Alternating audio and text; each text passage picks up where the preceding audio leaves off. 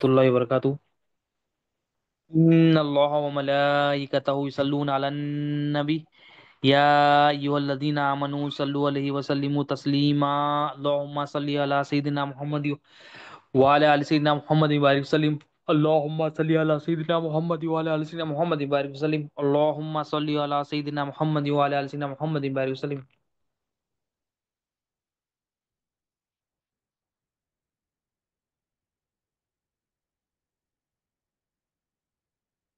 اللهم صل على سيدنا محمد وعلى ال سيدنا محمد وبارك وسلم اللهم صل على سيدنا محمد وعلى ال سيدنا محمد وبارك وسلم۔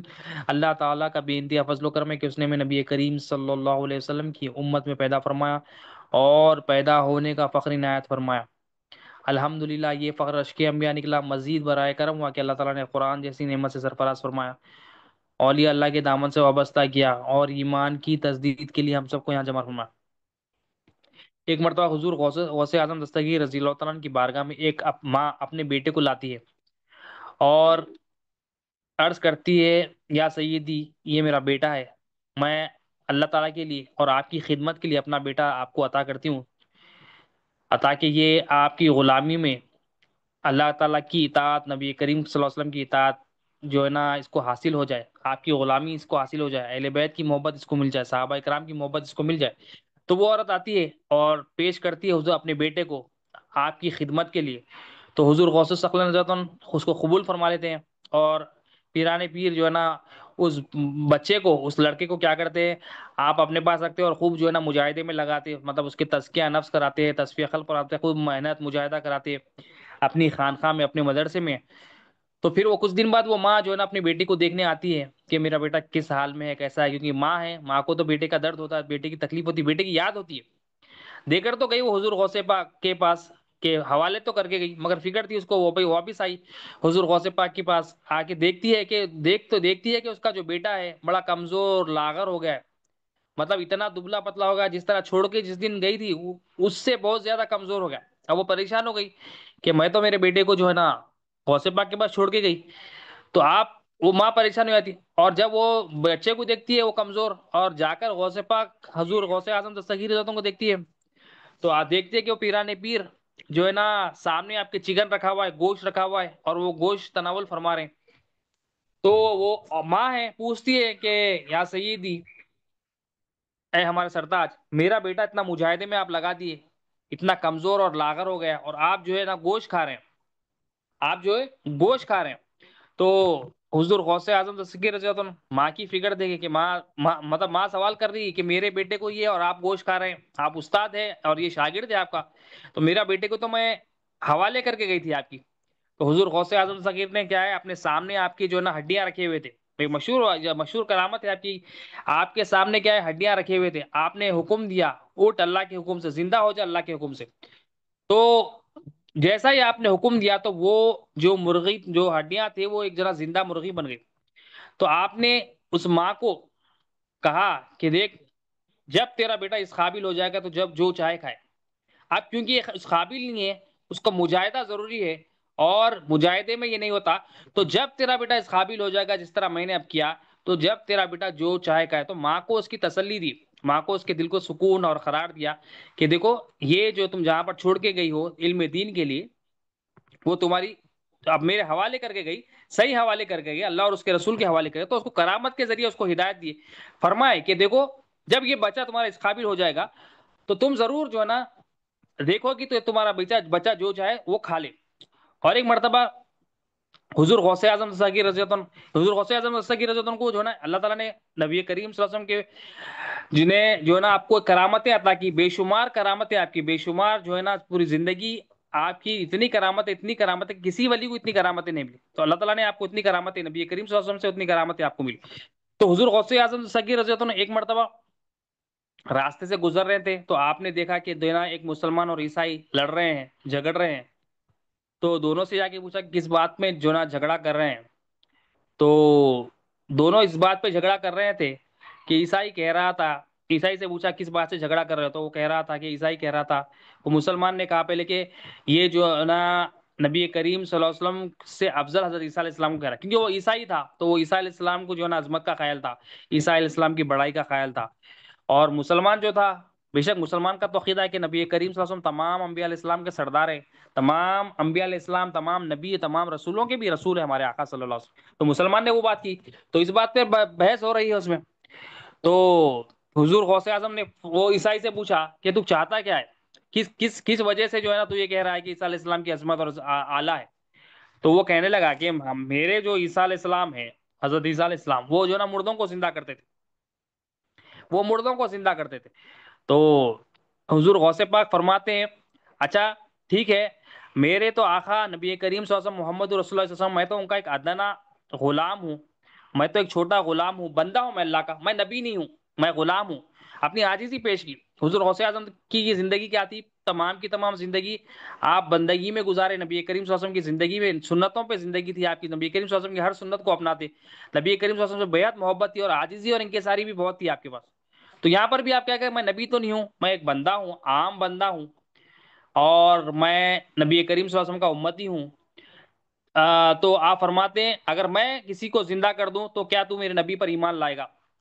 تو حضرت عیسیٰ علیہ السلام کو ماننے والا جو شخص تھا اس نے کہا ہاں بالکل مان لوں گا. اس سے اچھی کیا بات ہوگی کہ ایک نبی کے امتیوں میں اتنی طاقت، تو نبی کا عالم کیا ہوگا. تو وہ یہ سوچ کر ٹھیک ہے اس نے ہاں کی. پھر حضرت غوث اعظم دستگیر جو نے کہا کہ چلو ایک پرانی قبرستان، پرانی خبر کے پاس لے کے چلو. اب وہ پرانی قبرستان کو لے کے گیا. تو ایک پرانی خبر ملی.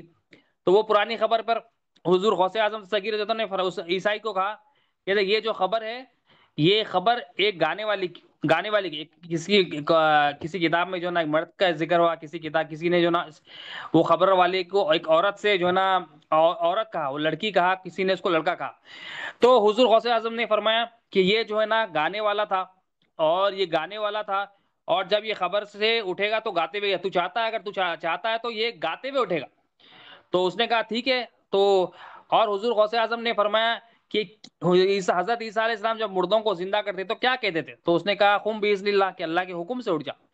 تو حضور غوث پاک نے قبرستان پر جو ہے نا اس خبر پر فرمایا کہ قم باذن اللہ، اللہ کے حکم سے اٹھ جا. تو وہ خبر کشادہ ہوئی، اور اس میں سے ایک بندہ نکلا جو گاتے ہوئے جو ہے نا گاتے ہوئے جو نکلا. اور ایک روایت میں ہے کہ اور ایک وہ ایک عورت تھی، وہ گاتے ہوئے نکلی، حضور غوث پاک کے دامن کو پکڑ، حضور غوث پاک سے فرماتی ہے کہ آپ کے صدقے میں مجھے جو ہے نا امت محمدیہ صلی اللہ علیہ وسلم کی جو ہے نا امت محمدیہ صلی اللہ علیہ وسلم میں آنے کا موقع ملا. تو وہ جو شخص تھا عیسائی، جب یہ کرامت دیکھا وہ حیران ہو گیا، پریشان ہو گیا. جیسا ہی یہ نبی کریم صلی اللہ علیہ وسلم کے غلام کی ایک کرامت دیکھی، تو وہ آپ کے ہاتھ پر لا الہ الا اللہ محمد رسول اللہ صلی اللہ علیہ وسلم کی گواہی دی، اور جو ہے نا وہ مسلمان ہو. کہ حضور غوث اعظم دستگیری کرامت سے کیا ہے، لوگ ہدایت پاتے، لوگ ایمان لاتے، اور جو ایمان والے تو ان کے ایمان میں اور اضافہ ہوتا. ایک مرتبہ حضور غوث اعظم دستگیر کی بارگاہ میں ایک شخص آتا ہے، وہ جو ہے خلیفہ ہوتا ہے اس وقت کا، اس کا نام ابو المظفر اس کا نام ہوتا ہے. خلیفہ ابو المظفر آتا ہے اور وہ کہتا ہے کہ جو ہے نا میں کرامت دیکھنا چاہتا ہوں آپ کی. غوث پاک رضی اللہ عنہ سے کہتا ہے کہ میں آپ کی کرامت دیکھنا چاہتا ہوں، میرا دل مطمئن نہیں ہے، میں دل کے مطمئن ہونے کے لیے، اپنے دل کو مطمئن ہونے کے لیے جو نا کرامت دیکھنا چاہ رہا ہوں. تو حضور غوث پاک نے اس سے فرمایا کہ تو کیا دیکھنا چاہتا ہے؟ تو اس نے کہا کہ کیا چاہتا ہے تو اس نے کہا کہ دیکھو میں سیب کھانا چاہتا ہوں، ایپل کھانا چاہتا ہوں. تو حضور غوث پاک نے فرمایا، اب کیونکہ وہ جو موسم تھا عراق کا، ایسا موسم تھا کہ سیب کا موسم نہیں تھا، مطلب سیب امپاسبل تھا لانا، کیونکہ موسم ہی نہیں ہے، موسم ہی نہیں ہے تو قدرت کا موسم ہی نہیں ہے تو سیب کہاں سے آئے گا. آم کا موسم ہے تو آم ملے گا، سیب کا موسم ہے تو سیب ملے گا. اور وہ موسم ایسا تھا کہ سیب کا موسم نہیں تھا. تو حضور غوث پاک نے جو ہے نا ٹھیک ہے کہا، اپنا جو نا دستے اقدس، اپنا جو ہاتھ مبارک جو نا ہواؤں میں، فضاؤں میں رکھ کر جو ہے نا کچھ دعا پڑی. پھر آپ کے ہاتھ میں دو سیب آ گئے. آپ کے ہاتھ میں جب دو سیب آ گئے تو ایک سیب آپ نے اپنے پاس رکھا، اور ایک سیب کیا کیا، حضور غوث پاک نے اس خلیفہ کو ابو المظفر کو دیا. تو حضور غوث پاک نے جو ہے نا اپنا سیب کاٹا. تو جب آپ نے اپنا سیب کاٹا تو اس میں جو ہے نا جب اس کو چیرا تو کاٹا تو اس میں سفیدی سفیدی تھی، اور اس میں جو ہے نا کستوری کی خوشبو تھی. حضور غوث پاک کی جو ہے نا سیب میں خوشبو ہی خوشبو تھی. اور ابو المظفر اس کے جو ہے نا اس نے جو سیب جب کاٹا، اس کا کھولا گیا تو اس میں کیڑے ہی کیڑے تھے، کیڑا نکلا اس میں سے. تو اس نے دریافت کیا کہ آپ کا سیب اتنا خوشبودار، اور میرے سیب میں کیڑے، میرے سیب میں کیڑے، تو دریافت کرنے لگا حضور غوث پاک سے. تو حضور غوث پاک نے فرمایا، تو آپ نے فرمایا کہ یہ کیڑے اس لیے نکل رہے ہیں کہ یہ ظالم کے ہاتھ میں لگ گئے. کیونکہ جیسی کرنی ہوتی ویسی بھرنی ہوتی، جو جیسی چیز کرتا ہے اس کے ہاتھ میں ویسی ہی چیز لگتی. کیونکہ وہ ظالم تھا، ظالم کے ہاتھ میں جب سیب آیا تو اس میں سے کیڑے نکلے. تو یہ بھی آپ کی کرامت تھی، اور یہ کرامت دیکھ کر کیا ہے وہ شخص ذلیل ہوا. تو بے موسم جو ہے نا سیب آپ نے عطا کیے اس کو، اور ایک ماں کے لیے ماں کے بیٹے کے سامنے، اور ماں کے لیے اس کرامت بتائی کہ جب آپ کا بیٹا اس قابل ہو جائے گا تو آپ کا بیٹا ضرور جو ہے نا جو چائے کھا سکے گا. کہ حضور غوث الثقلین رضی اللہ عنہ کی جو ہے نا یہ کرامت تھی. ایک مرتبہ حضور غوث اعظم زندگی رضی اللہ عنہ بڑے جو ہے نا بیمار ہو گئے. آپ کے بیٹے فرماتے ہیں کہ میرے والد جو ہے نا بڑے بیمار ہو گئے تھے، ہم سمجھ رہے تھے کہ آپ بہت جلد پردہ فرمائیں گے، آپ بہت جلد پردہ فرمائیں گے. تو لوگ ارد گرد جمع ہو گئے، اور آپ فرماتے، آپ کے بیٹے آپ کے فرزند فرماتے کہ ہم رونے لگے، کہ ہم محسوس کرنے لگے کہ آپ اتنے علیل اور اتنے بیمار ہو گئے. لیکن حضور غوث پاک نے فرمایا کہ مجھے ابھی موت نہیں آئے گی، کیونکہ آپ علم والے تھے، بڑی شان والے تھے. علم میں آپ کی کرامتوں میں آپ کی مطلب ہر ڈپارٹمنٹ میں اللہ تعالیٰ نے، اللہ کے رسول صلی اللہ علیہ وسلم نے آپ کو بہت نوازا. جو اللہ تعالیٰ سے آپ کو بہت کچھ ملا، ولایت ملی، سرداری ملی، ہر قسم کی جو ہے نا انعامات اللہ اور اس کے رسول سے آپ کو ملتے تھے. تو حضور غوث اعظم فرماتے کہ میں اب اس وقت تک نہیں مروں گا، میں ابھی نہیں مروں گا. اور کیونکہ لوگ جو نا رو رہے تھے، آپ دیدہ ہو رہے تھے، تو آپ نے فرمایا کہ مجھے موت ابھی نہیں آئے گی. کیونکہ آپ فرما رہے ہیں کہ میرے پوچھ سے ایک بیٹا پیدا ہوگا، اس کا نام یحییٰ ہوگا. ابھی میرے کچھ دن بعد میرے پوچھ سے ایک بیٹا پیدا ہوگا، ایک لڑکا پیدا ہوگا، اس کا نام یحییٰ ہوگا. تو یقیناً یہ بات جب آپ نے کہی تو آپ کے فرزند فرماتے کچھ عرصے بعد، کچھ دنوں بعد ایسا ہوا کہ آپ کو ایک لڑکا پیدا ہوا، اور وہ لڑکے کا نام یحییٰ رکھا گیا. مطلب آپ کی جو پیشین گوئی تھی، آپ کی جو بشارت تھی بیٹے کے متعلق، جو آپ نے بشارت فرمائی تھی، وہ بشارت حقیقت میں نکلی. اور کچھ دن بعد بیٹا بھی پیدا ہوا. اور آپ کے بیٹے فرماتے ہیں کہ حضور غوث الثقلین رضی اللہ عنہ بہت عرصے دراز تک، بہت لمبی عمر اللہ تعالیٰ نے آپ کو عطا کی. یہ حضور غوث الثقلین رضی اللہ عنہ کی یہ بھی ایک کرامت ہے. تو تمام یہ کیا ہے؟ کرامت ہے. اللہ تعالیٰ نے آپ کو یہ شان عطا کی ہے. اللہ تعالیٰ نے نبی کریم صلی اللہ علیہ وسلم نے آپ کو بے شمار جو ہے نا یہ کرامتوں سے نوازا. آخر میں مولا سے یہ دعا، اللہم صلی علی سیدنا محمد وعلی آل محمد وسلم.